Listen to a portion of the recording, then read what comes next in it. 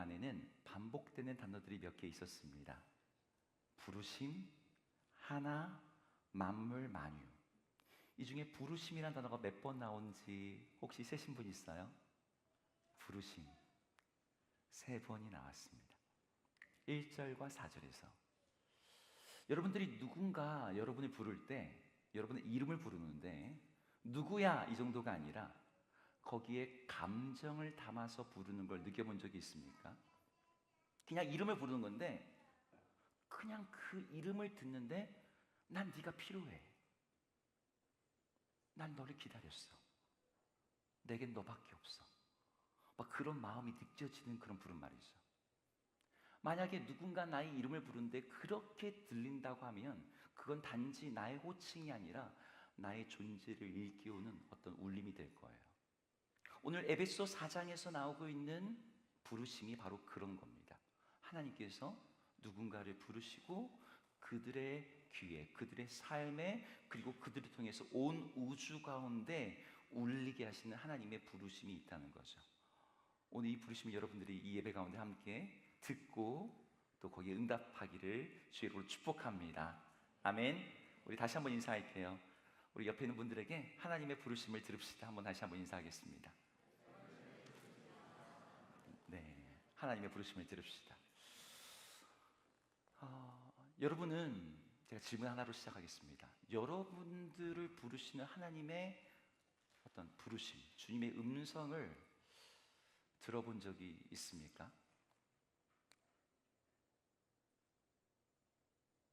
없군요. 나 교회 나왔으니까, 주님이 불러있으니까 내가 여기 있는 거지. 이런 그냥 막연한 추정 말고 주님이 정말 이 세상에서부터 나를 불러내셨다고 하는 그런 확신과 담대함이 여러분 가운데 있냐는 거예요. 제가 여기서 말하는 건 물론 여러분들이 어떤 기적적인 사건이나 환상, 아니면 물리적으로 선명한 어떤 목소리를 들었다는 걸 말하려는 게 아니에요. 예배 가운데, 설교와 묵상 가운데 말씀 속에서 말씀하고 계시는 주님의 부르심을 우리가 들을 수가 있는 거죠.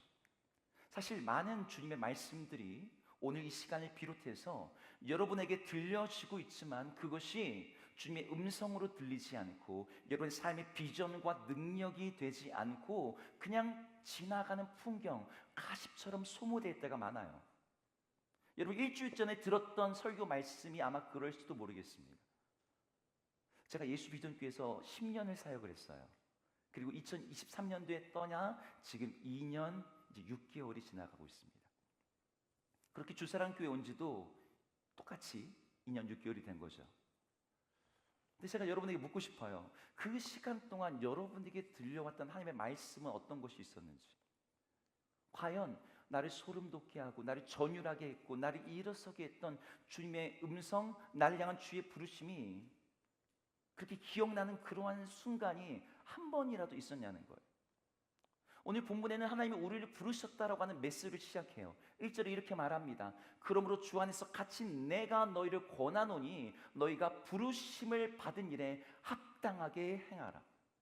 역시 부르심은요 그냥 어떤 음성을 좀 들었나 보다 이런 얘기가 아니라 하나님의 부르심이 한 사람을 사로잡았다는 그런 뉘앙스로 말을 하고 있는 거예요. 하나님의 부르심에는 힘이 있어요. 그 부르심에는 힘과 권위가 만들어낸 어떤 파장이 있죠. 그리고 그 부르심을 받은 사람들의 삶은 그 부르심 앞에 연쇄적인 어떤 반응이 일어나게 됩니다. 삶의 변화라고 하는 반응이 없다면 주의 부르심이 잘못되었든지 아니면 거기에 응답하는 우리의 반응이 없었든지 둘 중에 하나예요.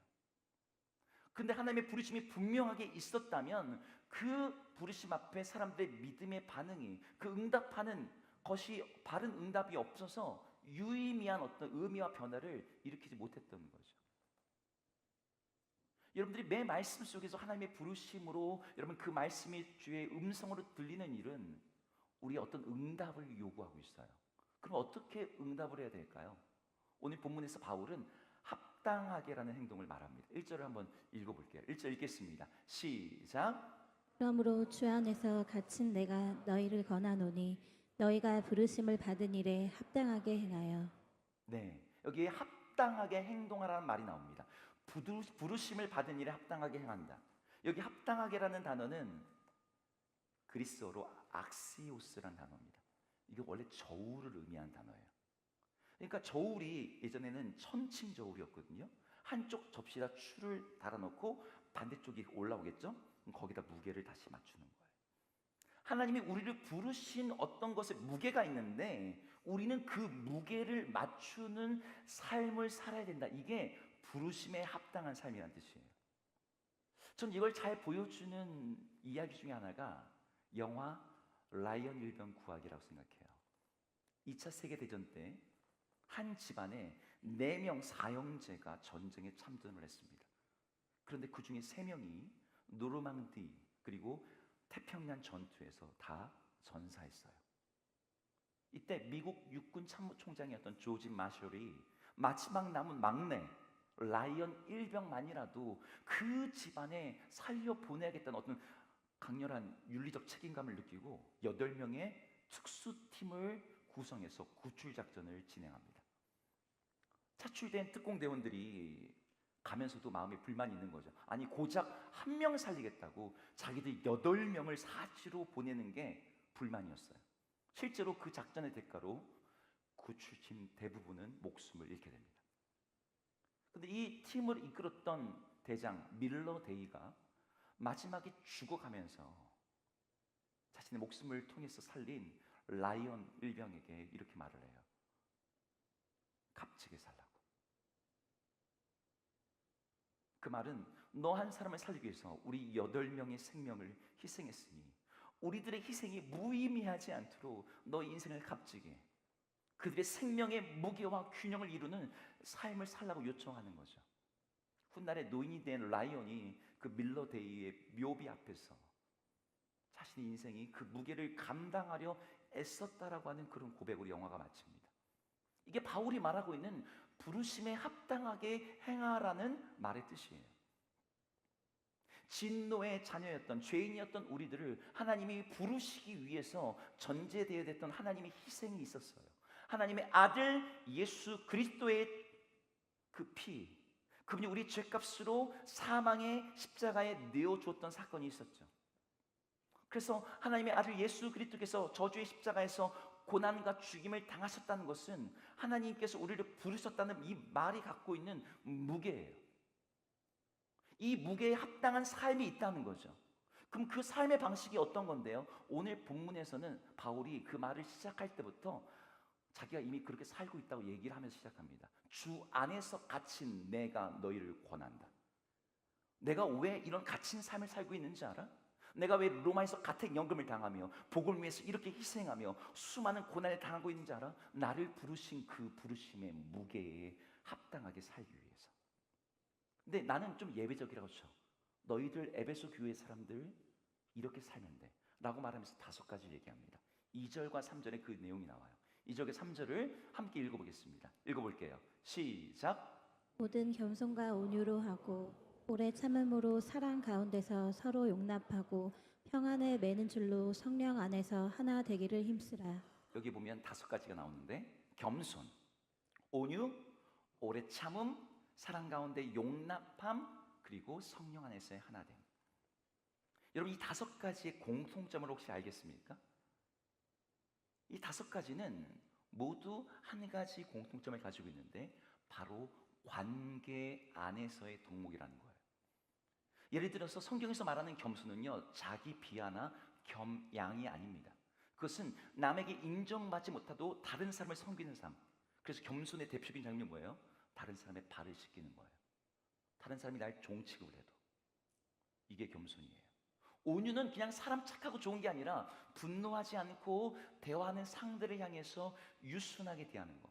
오래 참음도 그냥 인내심의 얘기가 아니고 고통과 사람을 견디는 능력, 특별히 누군가 반복되는 실수에도 불구하고 그를 포기하지 않고 기다리고 견뎌주고 참아주고 소망하는 것, 이게 오래 참음입니다. 4번째, 사랑 가운데 용납하는 것도 마찬가지인 거죠. 다른 사람을 포용하고 수용하는 것. 그리고 성령 안에서 하나님을 지키는 것, 이건 주어진 연합함을 지키기 위해서 갈등이 일어날 때 화해하고 나눔과 분열 대신에 평화와 하나됨을 추구하는 걸 가리킵니다. 모두 관계, 공동체 안에서 주어지는 덕목이에요. 그러니까 주님의 그 놀라운 부르심, 그 부르심의 무게를 감당할 수 있는 방법이 있는데, 합당한 삶이 있는데, 그게 뭐냐면 바로 타인과 공동체를 섬기고 위하는 삶이라는 거죠. 사실 우리는 이런 명령이 없어도 인간은 기본적으로 타인을 존재의 조건으로 삼고 있는 그런 생물이에요. 남들의 도움이 없이, 그리고 남들을 돕지 않고서는 우리는 살아갈 수가 없어요. 누군가 다른 존재가 있을 때 우리는 우리 개인의 정체성을 갖게 되고, 다른 사람을 돕거나 도움을 받지 않고서는 질적으로 행복한 삶, 충만한 삶, 의미 있는 삶을 살 수가 없어요. 하나님이 인간을 그렇게 지으셨어요. 하나님의 존재 자체가 삼위일체시죠. 그분 존재 자체가 공동체적인 존재, 관계적 존재세요. 근데 그분의 형상대로 인간을 만들었대요. 하나님이 그렇게 만드신 우리가 하나님과의 관계에서든 사람과 사람 사이의 관계에서든 그 관계 안에서만 생명의 풍성함을 누릴 수 있도록 우리를 디자인하셨습니다. 근데 그 관계가 타락 사건 이후에 죄가 들어오면서 생명의 풍성함을 주는 원천이 아니라 사람으로 가장 힘들고 고통스럽게 하는 죽음의 빛깔로 덧칠된 영역이 되어버렸어요. 예전에 영화 드라마 제목이 이런 게 있었죠. 타인은 지옥이다. 다른 사람이 나의 고통이에요. 심지어 내가 가장 가깝다고 생각하는 가족조차도 나에게 그런 가시가 될 때가 많습니다. 그래서 요즘 청년들을 그냥 혼자 사는 게 편해. 남에게 피해 안 주고 나 홀로 사는 게 더 나은 것처럼 느껴지기도 해요. 관계 속에서 느껴지는 고통, 갈등, 분열, 고립, 소외감, 그걸 감당해도 관계보다 나은 것 같아. 그래서 각자 도생의 삶을 살아가는 거죠. 그런데 타락 이후에 분열되고 갈라진 사람들 속에 하나님의 아들 예수 그리스도께서 오셨어요. 그리고 우리를 부르셨대요. 근데 그 부르심의 이야기 속에 보면 놀라운 얘기들이 담겨져 있죠. 우리들을 하나 되게 하시고 우리의 막힌 담을 허무셨고 우리를 서로 사랑하게 하셔서 정말 내가 너에게 새 계명을 주노니 내가 너희를 사랑한 것처럼 서로 사랑하라. 이 부르심 앞에서 주님의 백성이 된 사람들은 다름, 구별, 차이에도 불구하고 하나가 됩니다. 그런데 그러면 하나님은 왜 이렇게 그리스도 안에서 우리를 한 몸으로 부르셨을까요? 오늘 이 설교의 메인입니다.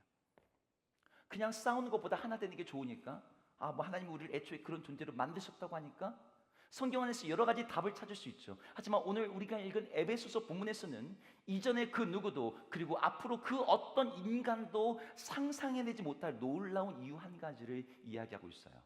아까 읽었던 본문인데요. 에베소서 1장 23절을 함께 읽어보겠습니다. 에베소서 1장 23절입니다. 같이 읽겠습니다. 시작. 교회는 그의 몸이니 만물 안에서 만물을 충만하게 하시는 이의 충만함이니라. 여러분, 이게 의미가 한눈에 들어옵니까? 이게 무슨 말인지 잘 모르겠죠. 한글인데 제가 이걸 좀 더 의미가 잘 들어오도록 가루를 넣어봤어요. 가루 넣은 거 한번 다시 한번 보여주실래요? 에베소서 1장 23절 없습니까? 거기 보면 그라는 단어가 있어요. 그리고 이라는 단어가 있습니다. 교회는 그의 몸이니 그가 누굴까요? 예수 그리스도입니다. 그리고 만물 안에서 만물을 충만하게 하신 이 누굴까요? 이분도 역시 예수 그리스도예요. 그럼 제가 이걸 다시 읽으면 교회는 예수님의 몸이니 만물 안에서 만물을 충만하게 하시는 예수 그리스도의 충만함이다. 여기서 주어가 뭡니까? 교회입니다. 교회가 예수님의 몸으로서 만물 안에서 만물을 충만하게 하는 그 예수님의 충만함의 교회래요. 이걸 쉽게 말하면 교회는 만물을 충만하게 하시는 예수님이 충만하게 거하고 있는 공동체다, 이런 뜻이죠. 근데 이 말을 재진술하면 의미가 이렇게 됩니다.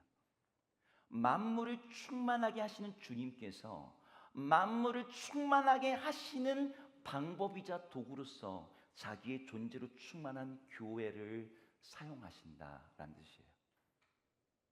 다시 말해 주님의 부르심 받은 교회, 공동체 우리들이 주님의 이름으로 주님으로 충만해져서 이 세상을 충만하게 하라는 부르심을 받았다는 거예요.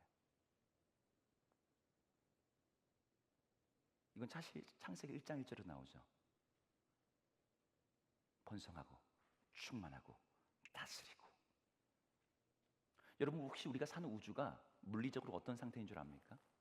우리가 사는 우주를 물리학자들은 끝없이 확장되고 있는 팽창 우주라는 사실을 발견했어요. 어제보다는 오늘, 오늘보다는 내일 더 확장되고 팽창하고 있는 우리 우주는 팽창하고 있기 때문에 점점 에너지의 밀도가 희박해지고 있고 엔트로피 지수는 높아지고 있는 그런 우주입니다. 이 우주를 조금 더 쉽게 말하면 비어져 가고 있다는 거죠. 점점 공허해지고 있다는 거죠. 그런데 우리가 사는 우주 공간만 그럴까요? 아니요, 그 안에 살고 있는 모든 피조물도 동일한 상태 가운데 있어요. 그들의 존재 안에 공허함과 텅 빔이 있는 거죠.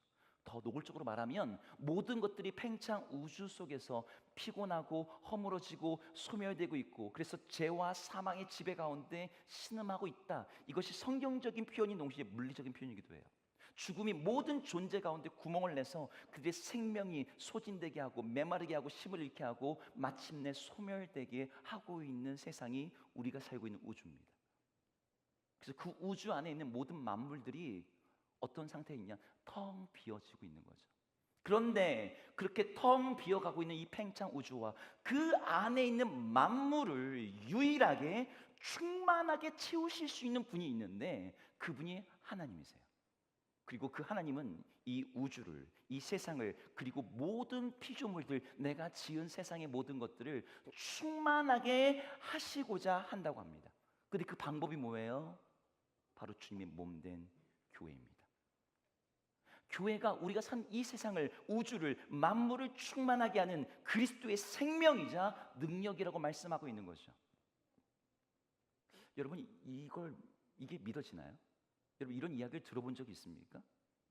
하나님이 우주 바깥에서 공급하는 어떤 에너지나 물질이 아니라 우리를 통해서 이 세상을 채우고 이 세상을 충만하게 하고 이 세상을 살아나게 하고 이 우주를 기쁨과 노래와 의미로 가득하게 만들려고 하신대요.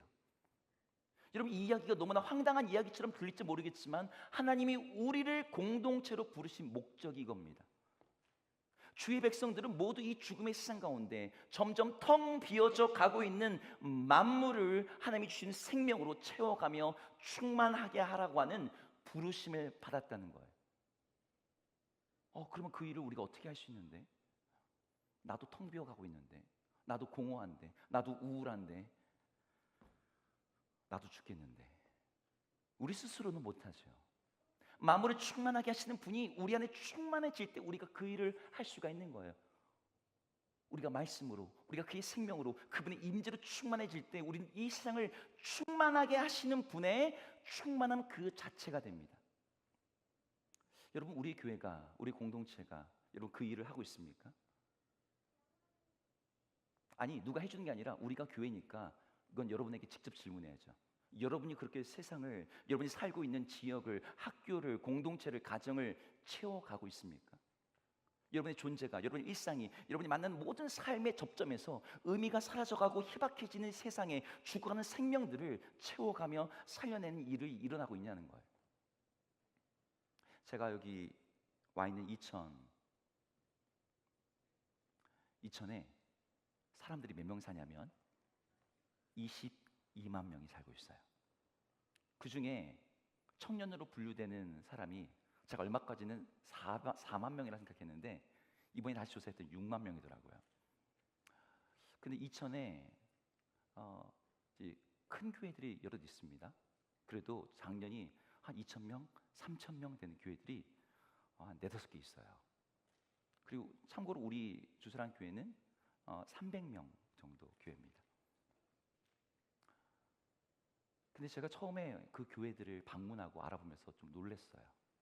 3,000명 교회인데 청년이 120명이래요. 3,000명 교회인데. 그래서 그 교회들 제가 숫자를 가지고 계산을 좀 해봤더니 큰 교회, 뭐 작은 교회들도 있겠지만 숫자를 아무리 모아봐도 이천시의 청년들을 예배드리는 사람이 한 3,000명이 안 되겠는 거예요. 6만 명 중에 5% 미만인 거죠. 90% 이상이 세상에 있어요. 제가 이 수치를 듣는데 너무 안타깝더라고요. 우리 예수비전교회에서 오신 우리 청년들, 성북구의 인구가 몇 명인지 혹시 아세요? 성북구의 인구가 이천의 딱 2배입니다. 43만 명. 그 중에 청년이 얼마인 줄 아세요? 12만, 13만. 그러니까 이천 청년이 2배인 거죠. 다 2배예요. 교회 출석률 그것도 데이터로 뽑아봤더니 17,000명. 서울은 역시 10%가 넘습니다. 나머지 85%는 어디 있을까요? 예수비전교회 청년들이 지금 모이는 예배 인원을 제가 이제 저도 알지만 우리 주여 목사님께 듣잖아요. 한 60명 정도 같이 모여서 예배하는 거로 들었습니다. 그래서 오늘 한 40명 올 줄 알았는데 온 인원이 60명이어가지고 어떻게 끌고 모았나 제가 놀랐는데, 요즘 시대에 60명 모이는 청년 공동체면 괜찮죠. 예수비전교회 전통이 60년인데 끈끈한 관계망과 저력 있는 공동체. 근데 거기에 머물면 안 되잖아요. 우리끼리 잘 모인다, 우리끼리 괜찮다, 우리끼리 좋다, 거기에 머물러 있으면 교회로 하여금 만물을 충만하게 하시는 분의 충만이 되라고 하는 이 사명을 감당할 수가 없는 거죠. 제가 이천에 와서 매일 보는 게 있습니다. 서울에서 못 봤던 거예요. 로드킬. 거의 하루 한 번 이상 강아지, 고라니, 너구리, 저건 도대체 무슨 생물일까 싶은 수많은 시체들을 길에서 봐요. 주변에 자연이 많으니까.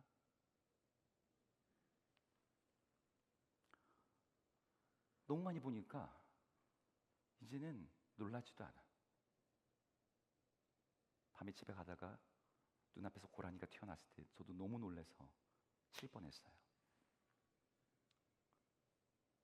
근데 제가 그 로드킬을 매일매일 보면서 죽음을 매일매일 느낍니다. 제가 2023년도에 여기 주사랑교회 와서 청년부 예배를 2번째 드리는 날, 날짜도 기억합니다. 1월 8일이에요. 2023년 1월 8일. 그때 비전 나눔을 했어요. 우리 10명 되는 청년이랑 함께 비전 나눔을 하면서 우리 청년 예배가 부서 예배가 아니라 공예배를 올리자. 예수비전교회가 3부 예배가 있듯이 청년교회로 독립하자. 그러면서 이천 지역 청년들의 1%를 우리가 책임지자. 그때 청년 숫자를 4만 명이라 생각해서 그래 숫자상으로 400명. 믿음이 별로 없어가지고 그냥 많이 말고 1%만. 그들에게 주님의 이 생명과 은혜의 풍성함을, 이 충만함을 주는 공동체가 되자. 그렇게 비전을 나눴습니다. 그렇게 비전을 나눈 지 지금 2년이 지나는 동안 그 2년 사이에 저희 청년 여호수아에 100명의 청년들이 등록을 했어요. 아직 주의 부르심과 비전에는 한참 모자라기 때문에 계속 기도하고 전도하고 훈련하고 있습니다. 밤에도 새벽에도 한낮에도. 이번 주 수요일 날 중보 기도회 있습니다. 우리 주사랑교회 청년들 밤 9시 30분입니다. 제 3주차장에서 기도하니까 많이들 와주시기 바랍니다. 네. 개인 기도하는 게 아니에요. 중보 기도하는 거예요. 제가 지금 이런 이야기를 하는 이유는 어떤 과시나 뭘 드러내기 위해서가 아니에요. 우리가 만물을 충만하게 하시는 분이 충만함이 되라고 하는 부르심을 받았다는 걸 여러분에게 다시 한번 상기시키기 위함입니다. 주사랑교회와 예수비전교회 두 교회는 거리상으로 떨어져 있고 지역 특성도 완전히 달라요. 60년 전통의 교회와 아직 30년도 안 된 교회, 서울 특별시에 있는 교회와 지방 중소도시에 있는 교회, 멤버의 절반이 10년 이상, 교회 다닌 지 10년 이상 된 교회와 멤버의 절반이 교회 다닌 지 1년도 안 되는 교회. 이해도 다른 게 너무 많겠죠. 하지만 우리는 동일한 부르심을 받았어요. 점점 공허해지고 피곤해지고 부조리와 무의미가 정말 그래서 모든 세상을 허물고 있는 이 세상 속에서 만물을 충만하게 하시는 그 유일하신 분 예수 그리스도의 몸으로서 이 세상을 채우고 일으키고 살려내라고, 그리고 그들을 충만하게 하라는 그 부르심을 우리가 받았어요. 그 일이 어떻게 됩니까? 먼저 우리들부터가 주의 임재로 충만해지는 것부터 시작되는 거죠. 그 일을 위해서 예배하고 기도하고 말씀을 읽고 찬양을 해야 되죠. 근데 오늘 본문은 예배, 기도, 말씀, 찬양을 넘어서 그 부르심에 합당하기 위해서 겸손, 온유, 오래 참음, 용납, 하나됨을 말하면서 한 몸의 공동체 안에서의 관계 교제를 그 답으로 제시하고 있는 거예요. 믿음 안에서 하나된 공동체가 바로 주님의 충만함 그 자체가 된다. 마태복음 18장에서 이렇게 얘기합니다. 두세 사람이 내 이름으로 모이는 곳에 나도 그들 중에 있느니라. 그냥 주님이 함께 하신다 이런 말의 의미가 아니에요. 주님의 이름으로 모여있는 공동체 자체가 주님이 거기에 임재하심으로 말미암아 그들로 말미암아 이 세상이 주님으로 채워지는 일이 일어난다는 거죠. 그렇게 모인 서로가 겸손함과 온유함과 정말 오래 참음과 용납과 하나됨을 통해서 서로를 채워가고 서로 안에서 채워져 갈 때 여러분 세상은 충만해집니다. 그렇게 채워진 우리들 이 교회로 말미암아 이 텅 빈 죽음의 세상이 생명으로 사랑으로 소망으로 충만하게 되는 역사가 일어나는 거죠. 저희 연초에 임원들이 함께 모였어요. 두 교회 연합수련회를 기획하는데 이런 질문이 있었습니다. 굳이 우리가 왜 모여서 여름 수련회를 해야 될까요? 거리도 멀고 공통점도 별로 없는데 물론 제가 예수비전교회에서도 사역을 했고 뭐 싱글 청년들과의 좋은 만남을 주선하기 위해서 아니죠, 그죠? 수련회 같이 하면 비용과 에너지가 절감되니까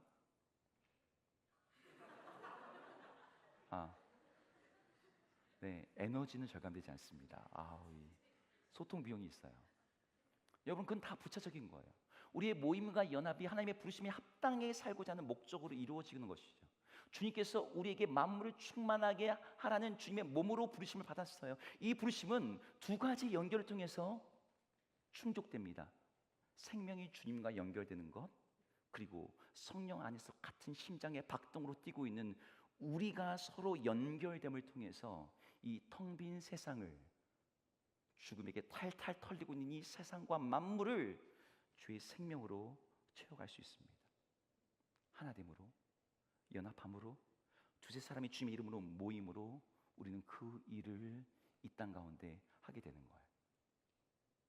우리 예수비전교회 청년들, 그리고 우리 주차장교회 청년 여호수아, 지역은 달라도 각자의 자리에서 주님의 부르심이 이렇다면 우리가 주님의 생명으로 이 세상을 충만하게 하도록 서로를 격려하고 도전하고 서로를 위해서 기도하고 서로를 응원할 때 여러분 서로의 공동체 가운데서도 이 채워짐, 이 충만함을 경험할 수 있게 됩니다. 그러니 여러분 오늘 이 연합 예배 그리고 이후에 할 셀 모임 그리고 8월 달에 있을 수련을 통해서 여러분들이 겸손과 온유와 용납과 하나됨을 배웠으면 좋겠습니다.